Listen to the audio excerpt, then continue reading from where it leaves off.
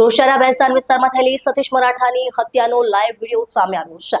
આ વિડીયોમાં હુમલાખોરો ખાડો ખોદતા હોય તેમ તલવાર, ધારિયા, કુહાડી અને ચુપ્પોથી હુમલો કરતા જોવા મળી રહ્યા છે।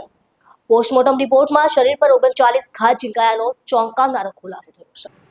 લાઈવ વિડીયોમાં હત્યારાઓનો ટોળો સતીશને ઘેરે નિર્દયતાથી માર મારતો દેખાય છે। એક હત્યારા કુહાડીથી પગ પર હુમલો કરે છે તો બીજો તલવારથી ગરદન પર વાર કરે છે। પીડિતની ચીસો વચ્ચે હત્યારાઓ બોલ હવે કોણ બચાવશે જેવા શબ્દો બોલતા સંભળાય છે।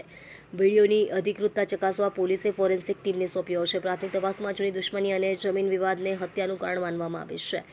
ગામમાં ચર્ચા છે કે અગાઉ સૂર્યા મરાઠા નામના યુવકની પણ આવી રીતે હત્યા કરવામાં આવી હતી। સ્થાનિકોના મતે આ જ ગેંગે સતીશની હત્યા કરી હોવાની શક્યતા છે। પોલીસે આ દિશામાં પણ તપાસ શરૂ કરી છે। ઘટના બાદ પોલીસે 6 હત્યારાઓ સામે ગુનો નોંધ્યો છે। 2 શખ્સોની ધરપકડ કરવામાં આવી છે જ્યારે બાકીના ફરાર છે। લાઈવ વિડીયોના આધારે આરોપીઓની ઓળખ કરવામાં આવી રહી છે।